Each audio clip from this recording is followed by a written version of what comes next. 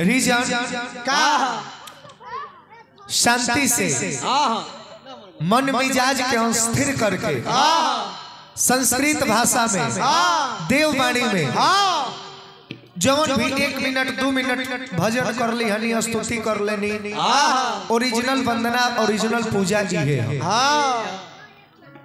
बाकी जौन हमने कभी एक बाद भी गायब जाओ कर नाम सुमिरने रही लेकिन वो हकीकत सुमिरन ना काहे वो सुमिरन जन मनोरंजन खातिर होला।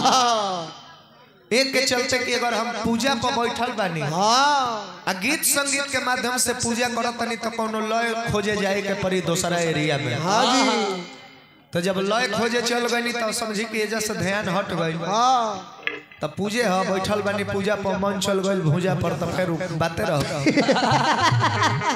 तो दोष ना लागे खातिर हमने के बैठ के जौन वंदना कर ले जा उहे ओरिजिनल पूजा हमने के हक में होला। बाकी अब जौन वंदना होई ओ पब्लिक लोग खातिर होई आ लय धुन के माध्यम से होई जय हो तब बढ़ जाता नहीं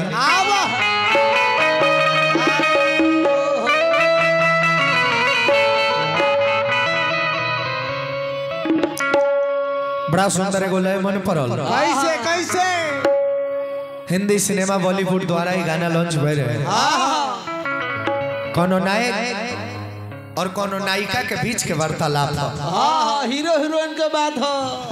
हीरो हीरोइन के बुझ गई का भाव का तेरी बेवफाई का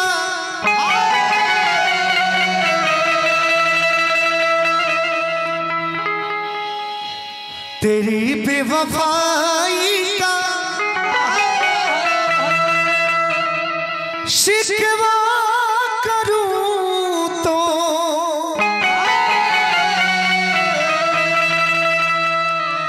तेरी बेवफाई का शिकवा करूं तो ये मेरी मोहब्बत की तौहीन होगी।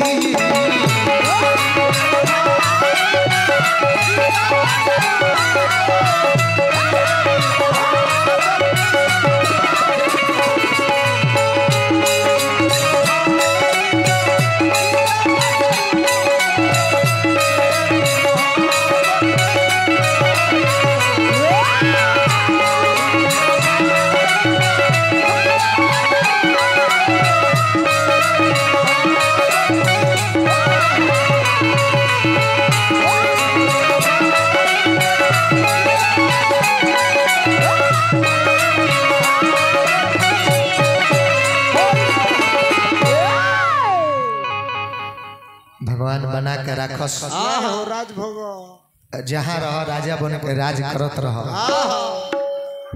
बहुत बहुत आभार पूरा टीम के पुरस्कार दे के मान सम्मान कैलन हमारे बबुआ विकास गीत संगीत के शोभा बढ़ौलन एकरा खातिर तहे दिल से आभार।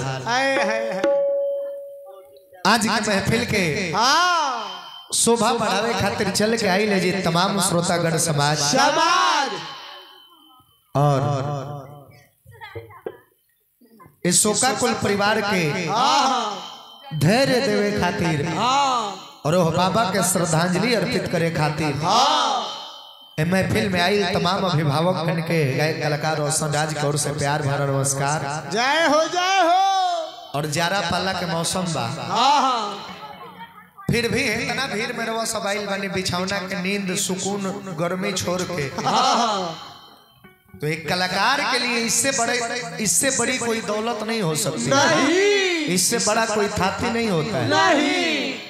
और वो सिर्फ मेरे लिए ही नहीं वो चाहे किसी भी अन्य भाषा का गायक हो या किसी फिल्म इंडस्ट्री का नायक या खलनायक हो या किसी पार्टी दल का नेता मंत्री अथवा विधायक हो इन सबों के पीछे से अगर आप सभी का वोट और सपोर्ट रूपी पावर हटा दिया जाए तो हमारा लगा था कि एगो मुख्यमंत्री के भी रोड पर आवत टाइम ना लगे।